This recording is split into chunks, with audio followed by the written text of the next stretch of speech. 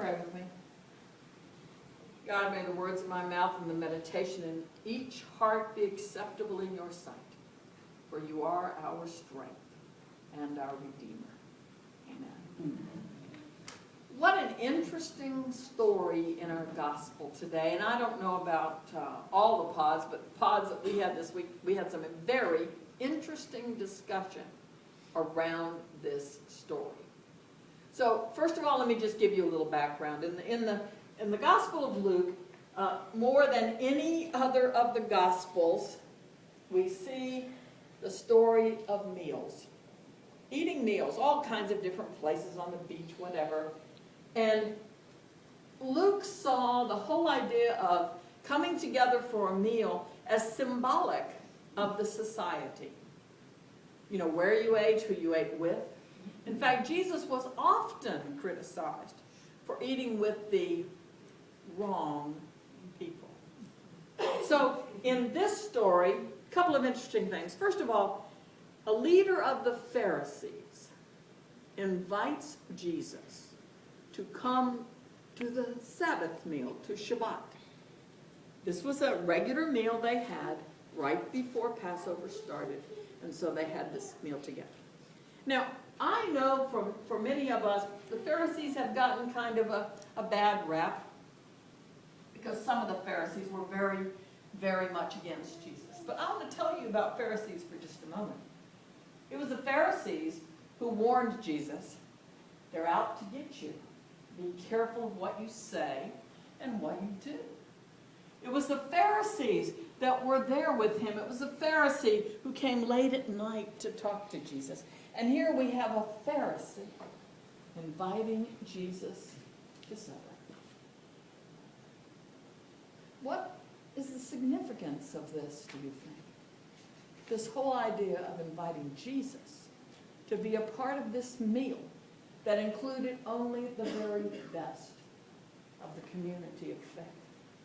Other leaders, people who probably were well off, as most of the Pharisees were. And more importantly than any of that, Pharisees were the keeper of the law. They made sure everything was done right. They were the parliamentarians of their time, watching how everybody acted. So this invitation, although there may have been some underlying motives, was really by a person, a Pharisee, who was honoring Jesus for being a teacher, a rabbi in the community. But what happened next kind of blows me away a little bit, because here you've been invited to dinner, and you're going to first of all start criticizing who's there and where they're seated. You see, where you sat was really important. The important people were toward the front, near the host.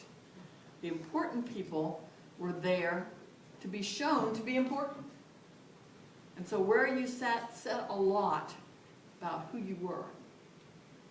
And so Jesus tells a little story. He says, imagine that you've been invited to a wedding. Now, this is even more of an occasion than Shabbat, than this meal. This meal was ordinary. It happened all the time. But a wedding? Oh, my goodness.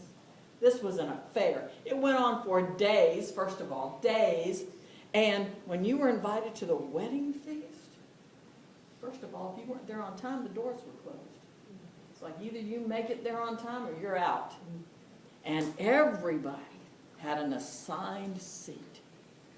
The couple were making sure that they took care of the important people in their families and in their community. They were showing honor to them.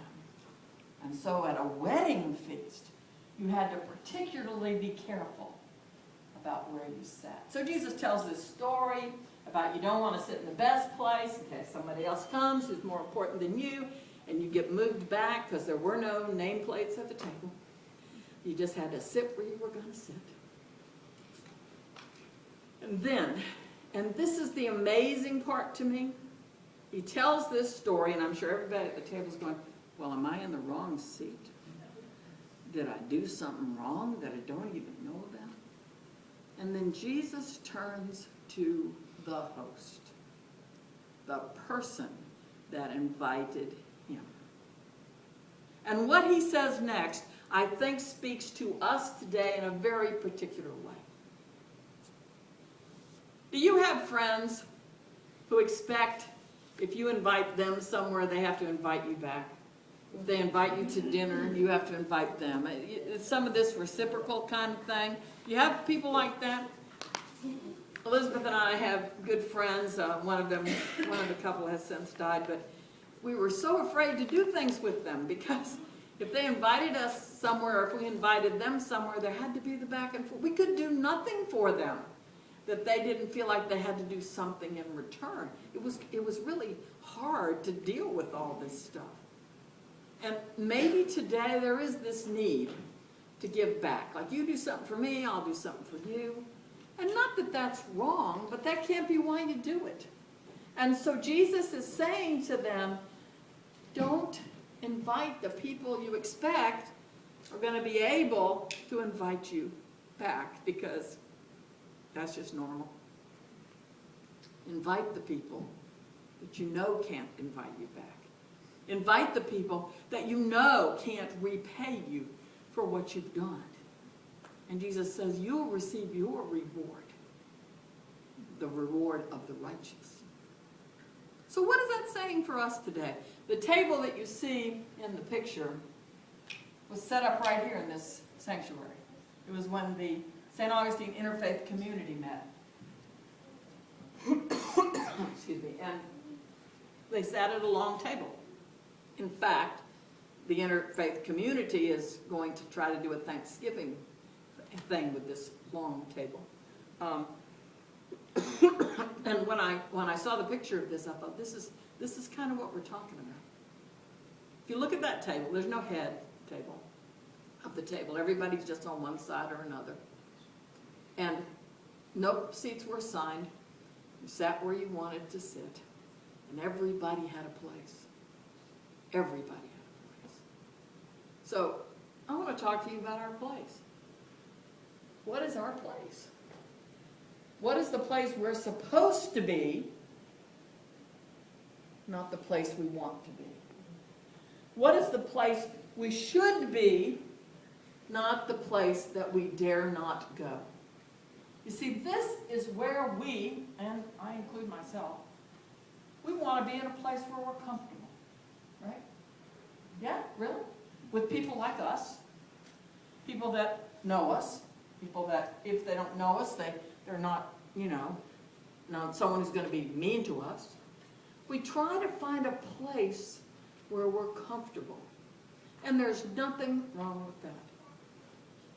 School has started, and I'd be willing to bet you if you took a little trip to any school, from elementary through high school, even the colleges, some of them are back already, like Flagler, and you just take a look at recess or lunchtime.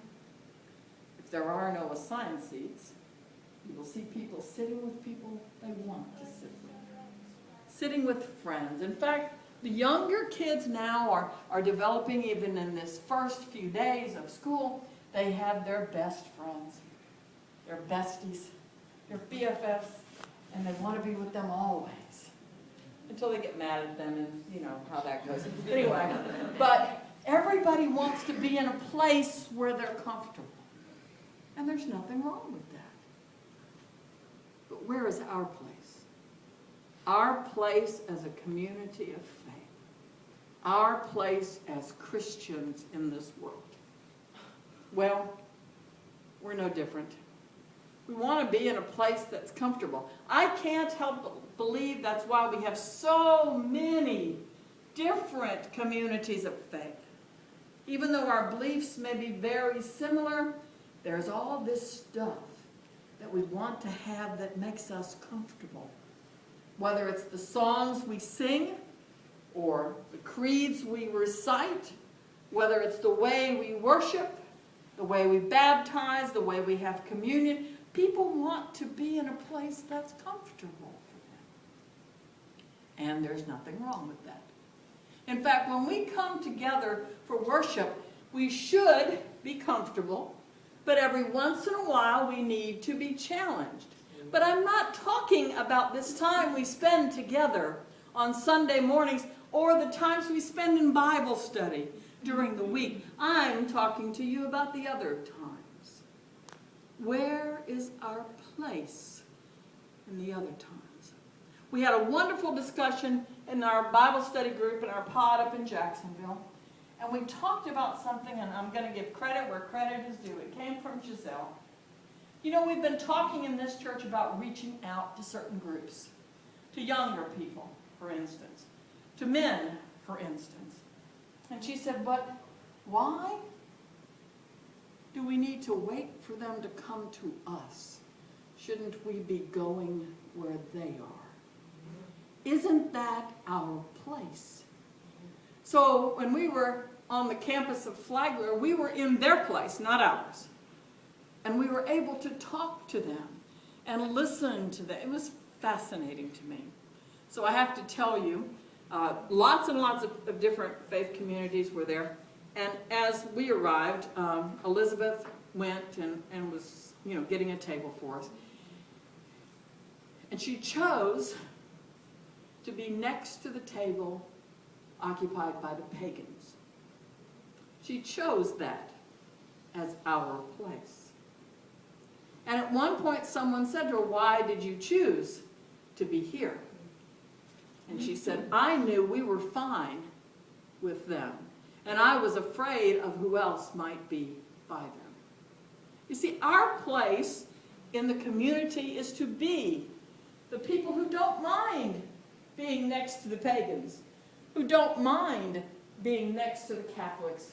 Actually, I think the Jewish community was 2 down from us, and next to us was Pastor Rawls' group from West Augustine.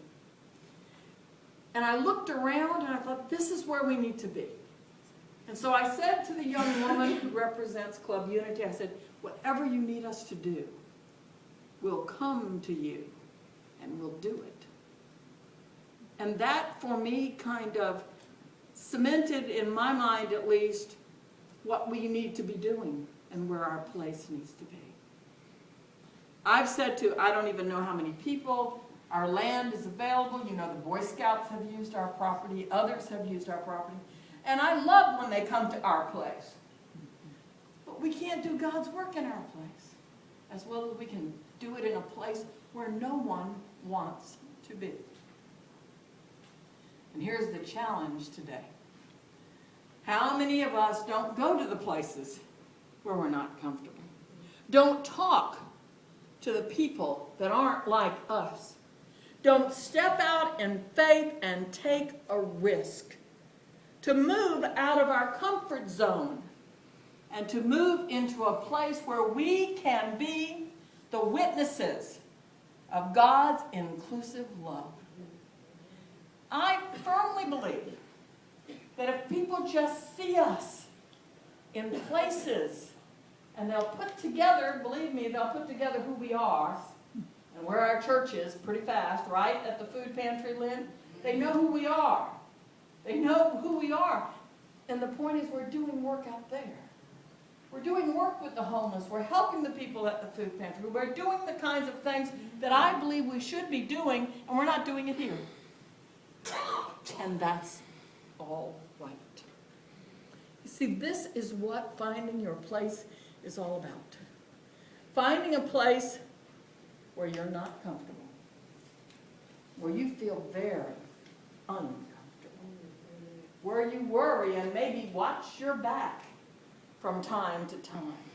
A place where maybe, just maybe, you'll have the opportunity to witness to someone that you would have never encountered in any other place. This is where we're called.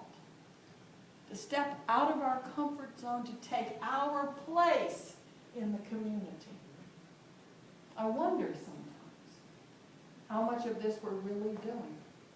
And I wonder sometimes if maybe we just need a little encouragement. Somebody to say, well, you know, we feed the homeless and we'd love to have you just come and help one day, right? Frankie, you're willing to have anybody come and help give out food. Food pantry. We'd love to have you come and help us. You don't have to be an expert. You don't have to know a thing. They'll show you how to pack a bag and you can help people. Getting out into the community. I serve on Habitat Selection Committee. And I serve because I have felt that call. Because I think Habitat in St. Johns County has more of a challenge than any other place in the state of Florida. Here we are in the richest county in Florida again this year, where the cost of living is the highest in the state of Florida, and we have people looking for affordable homes. And Habitat is making that possible for people. Yet, Habitat has now been saddled with lots of new rules and regulations. Because they do their own financing of homes, they are now considered a lending institution. And so they had to have special training. We have to change all the applications. It's really, really a challenge. And for 2 months now, we have not been able to meet with to start approving new Habitat homeowners because the paperwork is unbelievable. I guess it's probably necessary. I'm not even going to make a judgment there. But here's what I know. People need places they can afford to live in this county. They shouldn't have to go to the next county over, the next county down, or the next county up and not be in St. Johns County. But that's what's happening. So where's our place? Maybe our place should take us to county commission meetings where some of these things are discussed. Maybe it should take us to city commission meetings to talk about the things that are affecting St. Augustine, the city, as well as the county. We have to get brave. Hear me? We have to get brave. We have to go to these things. Now, if you haven't been to one of those meetings, just going is kind of fascinating. To watch what's happening and who's talking and who knows who, because it always amazes me when the city commission is calling people to come up and speak and they act like they're there all the time. And then I found out they really are there all the time. And they always have something to say about something. But you know what? They're interested. They're interested. And I promise you I would be saying something to you about our place right here. And I can't leave that out. This is where God has called us to build our church and to have our worship. It's also the place to which God has called us to be a beacon in this community, especially at this time. There needs to be a place that truly is welcoming of all people. And no matter what other places, other faith communities may say, there are precious few that truly welcome all people to participate 100% in the life of their community. I was just talking to a young man who's actually in seminary. He's taking one of his CPE units at hospice. He's from up north, and he and his partner have just arrived in Jacksonville, and they were surprised. Guess what they were surprised about? That there weren't that many open and affirming churches. They're Episcopalian. No priest in the city of Jacksonville will marry them. None. Because the Episcopal Church is not doing it. The only Episcopal priests in Florida, in this diocese at least, who are marrying people are doing it undercover. Is that church welcoming of all people? No. So this is the kind of thing that I'm saying. We need to be that church that sets the example. We need to be that church that says everyone has a place here. And when you get here and you have your place, you don't stop here. You take that out and you find your place in the community. And you start making the changes that need to be made.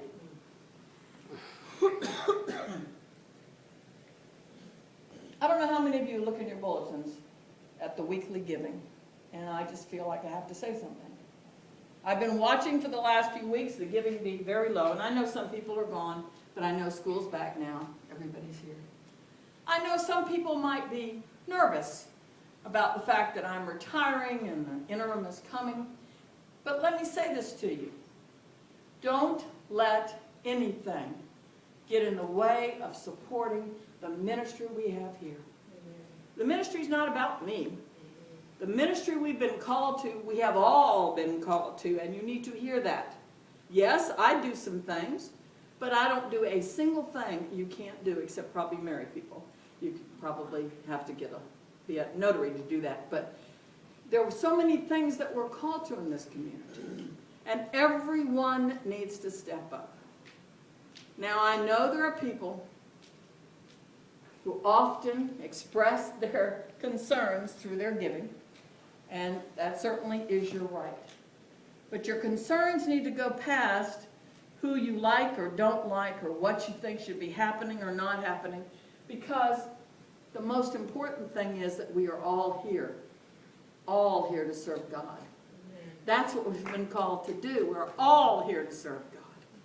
And we can't draw the line and say, I'm not serving God as long as Ruth's the pastor. I'm not serving God because I don't know who the interim is going to be. I'm not serving God because I don't like the people that are on staff. I don't like the worship ministers. I don't like the pod leaders.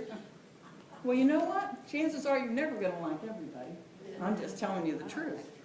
And when the interim comes, if you think the interim's just going to come in here, take my position, and everything will be going merrily along, let me let you know what's going to happen. Carla and I went through the interim training. The interim pastor has work to do, information to give, information to get, and training to do with this congregation to get you ready for the next permanent pastor you call. Because it's not just someone you heard of and like. It's not just someone who can preach well. It's someone that will take you to the next step of where God is calling this church to be. I firmly believe that we were here, we got this land, we built this building, all of it a gift from God. And if we don't take care of it, shame on us. Shame on us because we need to use this wonderful gift. Shame on any of us who have gifts that we are not using. Whether it's working with the kids, whether it's working with youth, whether it's working with hospitality, you all, I look around and I see you all. And I know you have gifts. I know you're organizers and leaders and teachers. You are people filled with the gift of hospitality. Are you using your gifts? And not just here. Are you finding your place in the community to use those gifts? Well, you say, well, I don't live in St. Augustine. I live in another place. Guess what? They need you in that other place. You don't have to come all the way here to do something. It's so important for us. I believe God's table has been set. I believe we all have a place at the table. And let me tell you one other thing I believe. We talk about on earth as it is in heaven. I believe God's plan is not for us to wait for heaven. I think God's plan is for us to make heaven right here, where everybody is fed, where everybody has a place. But that is not going to happen unless each of us takes our place and makes it happen. I know we can do it. I know each and every one of us can do it. All we need is to do is step out in faith. And do not be afraid. We never step out alone. God is always, always with us. Please pray with me. God, thank you. I thank you for the gifts that are here in this room. I thank you for the gifts that you have given us. And right now, God, give us a burning desire to find a place, our place, to serve you, no matter where it may be. Open up doors, move people out of the way, make us see the place that you have for us. A place where we can make a difference in bringing heaven to earth. Amen. Amen.